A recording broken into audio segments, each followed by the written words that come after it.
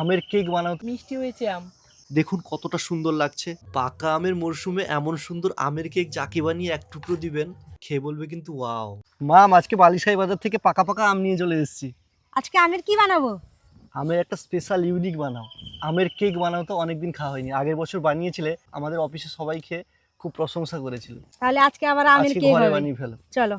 প্রথমে দুটো ডিম ফাটিয়ে ওর মধ্যে পরিমাণ মতন গুঁড়ো চিনি দিয়ে ভালো করে ফাটিয়ে ওর মধ্যে 1 কাপ রিফাইন অয়েল দিয়ে ভালো করে মিশিয়ে নিতে হবে। এবার 2 ফালি পাকা আম এইভাবে ছুরির সাহায্যে কেটে মিক্সিতে গ্রাইন্ড করে নেব। 3 চামচ আমের পাল্প কেকের মধ্যে দিয়ে দেব। মা খেয়ে দেখো দেখি কেমন মিষ্টি, খেয়ে বলো কেমন মিষ্টি। খুব মিষ্টি। আচ্ছা খেয়ে না। মিষ্টি হয়েছে আম। খুব সুন্দর হয়েছে। কত মিষ্টি হয়েছে? অনেক।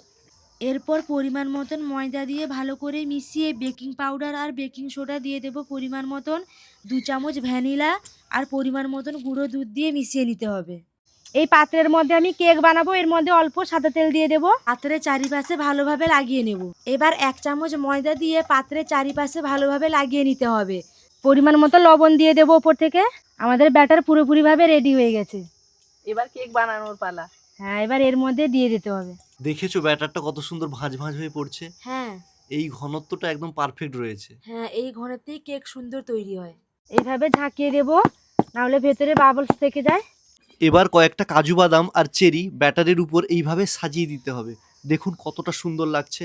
5 মিনিট লবণ দিয়ে একটা স্ট্যান্ড বসিয়ে কড়াইটা গরম করে নিয়েছি। এরপরে কেকের বাটিটা বসিয়ে দেব, দিয়ে ঢাকা দিয়ে দিব 1 ঘন্টার জন্য, মিডিয়াম আঁচে রাখবো। মাম, কেক কত দূর গো? হয়ে গেছে। একটা পিচ ফুটিয়ে দেখি। বাহ, দারুণ সুন্দর হয়েছে গো। হ্যাঁ, কাজু বাদাম আর চেরি ভেতরে ঢুকে যায় না, একদম উপর থেকেই আছে। হ্যাঁ। খুব সুন্দর লাগছে। এই দেখো আর একটু দারুণ লেগে একটা যায়। গন্ধ উঠছে। পাকা আমের কেক সত্যি অপূর্ব সুন্দর হবে খেতে মনে হচ্ছে।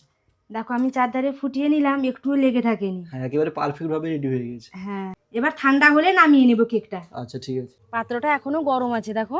হ্যাঁ, বেশ গরম রয়েছে। হ্যাঁ, এবার ঢেলে নি কেকটা। এবার উল্টে দেখো হ্যাঁ। কেকের কি অবস্থা। এই দেখো পিছনটা। পেছনটা দেখুন কত সুন্দর হয়েছে, একটুও পড়েনি। আর সাইডগুলো দেখুন কতটা সুন্দরভাবে কেক তৈরি হয়েছে। পড়েনি কিন্তু একদম। না, বেশ সফট রয়েছে আর স্পঞ্জি। আর গরমও আছে। গরম গরম কেক একদম জমে যাবে।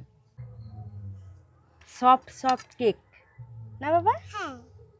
কে খাবে? পাকা আমের মরশুমে এমন সুন্দর আমের কেক যাকে বানিয়ে এক টুকরো দিবেন, খেয়ে বলবে কিন্তু ওয়াও। দেখুন নরম তুলতুলে আর স্পঞ্জি পাকা আমের কেক। এই মরশুমের পাকা আমের সিজনের প্রথম আমের কেক খাচ্ছি।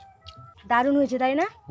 একটা পাকা আমের ফ্লেভার আসছে। কাজু বাদাম, আমুল দুধ, চেরি, ভ্যানিলা সবকিছু মিলিয়ে অপূর্ব সুন্দর স্বাদ হ্যাঁ। হয়েছে।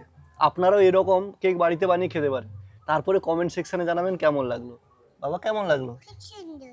আচ্ছা, আজকের ব্লগটা এখানেই শেষ করছি। সবাই ভীষণ ভীষণ ভালো থাকবেন আর সুস্থ থাকবেন। আর সব থেকে বড় কথা, আমাদের ভিডিও দেখতে থাকবেন। টাটা।